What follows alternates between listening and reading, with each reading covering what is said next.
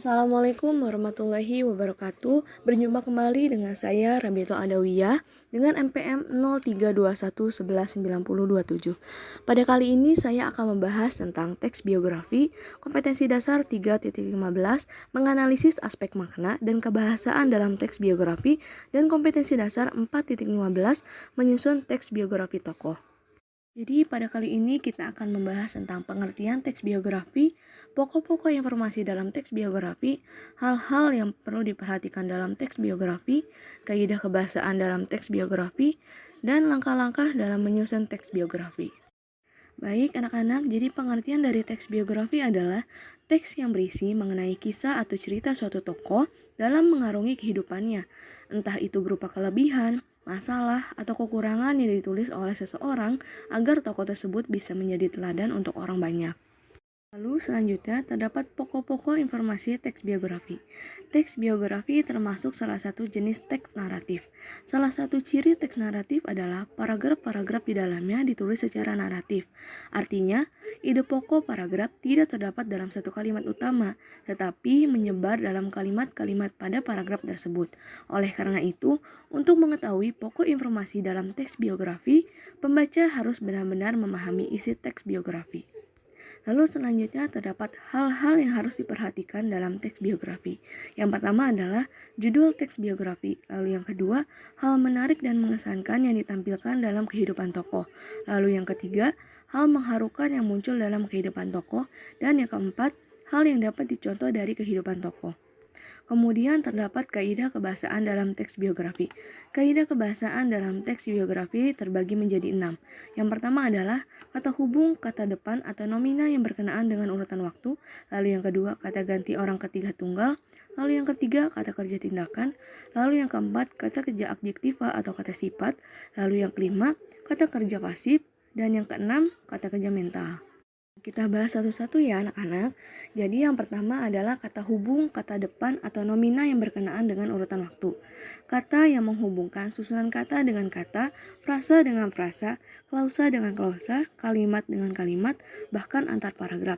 Contohnya, pada kata selanjutnya, sebelum, sesudah, pada saat, kemudian, hingga, dan sampai.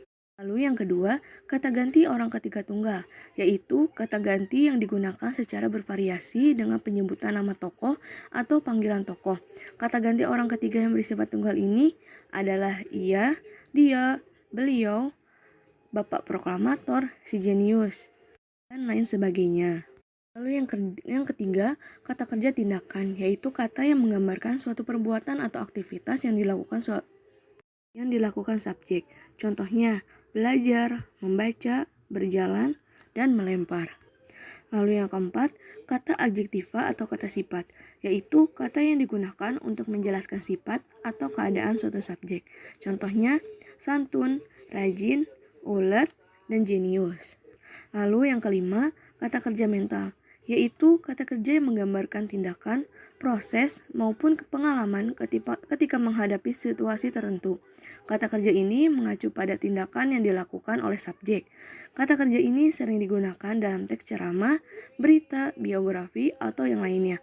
Contohnya, kata menginspirasi, menyetujui, memahami, dan mencintai. Lalu selanjutnya terdapat langkah-langkah dalam menyusun teks biografi. Yang pertama adalah menentukan tokoh atau seseorang yang akan ditulis kisah hidupnya atau dibiografikan. Lalu yang kedua, membuat kerangka teks untuk membuat teks biografi. Lalu yang ketiga, mengumpulkan informasi dasar tokoh yang akan diceritakan, mulai dari nama gelar, tempat tanggal lahir, nama orang tua, dan riwayat singkat sang tokoh. Lalu yang keempat, menggali data dan informasi yang berkaitan dengan sang tokoh dari berbagai sumber. Lalu yang kelima, memilah dan memilih data dan informasi yang diperlukan. Lalu yang keenam, mengolah semua data dan informasi yang diperlukan untuk membangun teks biografi. Lalu yang ketujuh, merangkai semua informasi dengan kalimat yang runut dan bernalar sesuai dengan kaidah kebahasaan dalam menyusun teks biografi. Lalu yang kedelapan, mengembangkan informasi yang telah dirangkai sesuai struktur teks biografi dengan memperhatikan isi, perjalanan pendidikan, karir, dan perjuangan.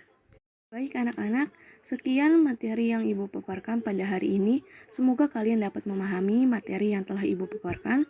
Sampai berjumpa kembali. Wassalamualaikum warahmatullahi wabarakatuh.